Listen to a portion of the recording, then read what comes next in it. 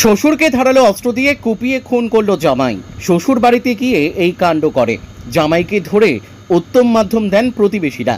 সে এখন হাসপাতালে ভর্তি। চাঞ্চল্যকর ঘটনাটি ঘটেছে জলপাইগুড়ি জেলার বেলাকোবার চিল্কাপাড়ায়। মৃত ব্যক্তির নাম মৃগেন রায়, বয়স 43 বছর। অভিযুক্ত জামাইয়ের নাম বিপুল রায়, বয়স 22 বছর।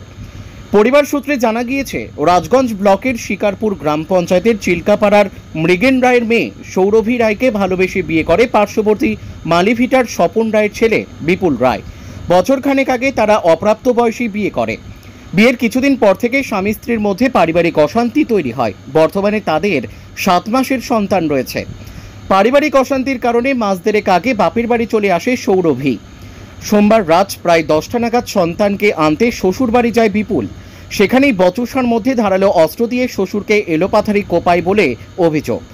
আশঙ্কাজনক অবস্থায় তাকে হাসপাতালে নিয়ে গেলে কর্তব্যরত চিকিৎসকরা মৃত বলে ঘোষণা করেন। এদিকে অভিযুক্তকে ধরে উত্তম মাধ্যম দেন প্রতিবেশীরা। খবর পেয়ে ঘটনাস্থলে পৌঁছায় বেলাকোবা ফাঁড়ির পুলিশ। বিপুলকে উদ্ধার করে হাসপাতালে নিয়ে যায়, সেখানেই তার চিকিৎসা চলছে। মৃতের স্ত্রী অনিমা রায় বলেন, প্রায় 1 বছর আগে আমার মেয়ে নাবালিকা বয়সেই প্রেমের টানে ওই ছেলেটার বাড়িতে চলে যায়। তাই তাদেরকে পরে সামাজিক মতে বিয়েও দেওয়া হয়। কিন্তু বিয়ের পর থেকেই মেয়ের ওপর অত্যাচার করত জামাই সহ ওই পরিবারের সদস্যরা।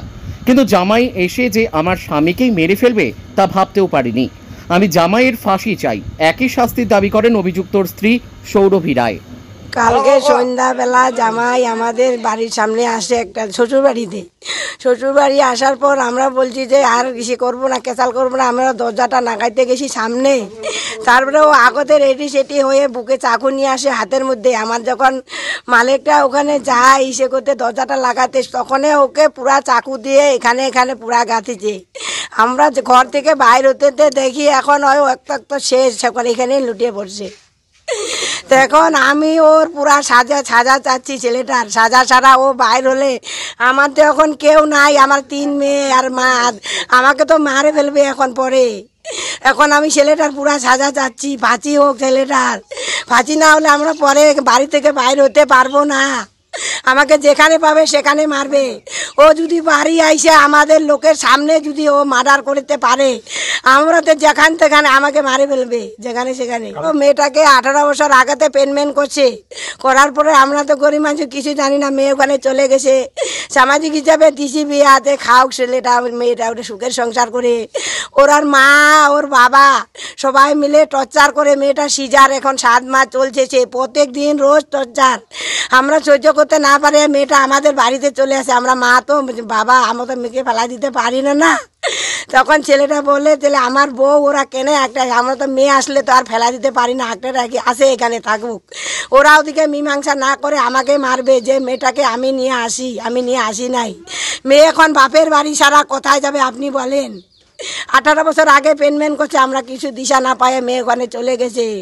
তাও গ্রামের প্রধান কিছু সিদ্ধান্ত নিল না যে 18 বছর আগে কি করে বিয়া হয়। আমরা তো জানি না, মূর্খ মানুষ, আমরা কিছু জানি না।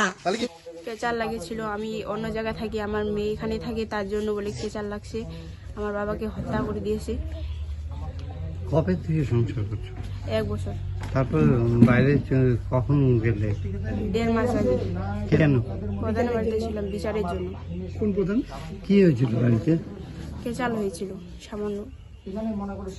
সামান্য কেচালে কি ঘর ছাড়াছাড়ি এরকম কোনো পরে মিউচুয়াল কোনো ইস্যু নাই?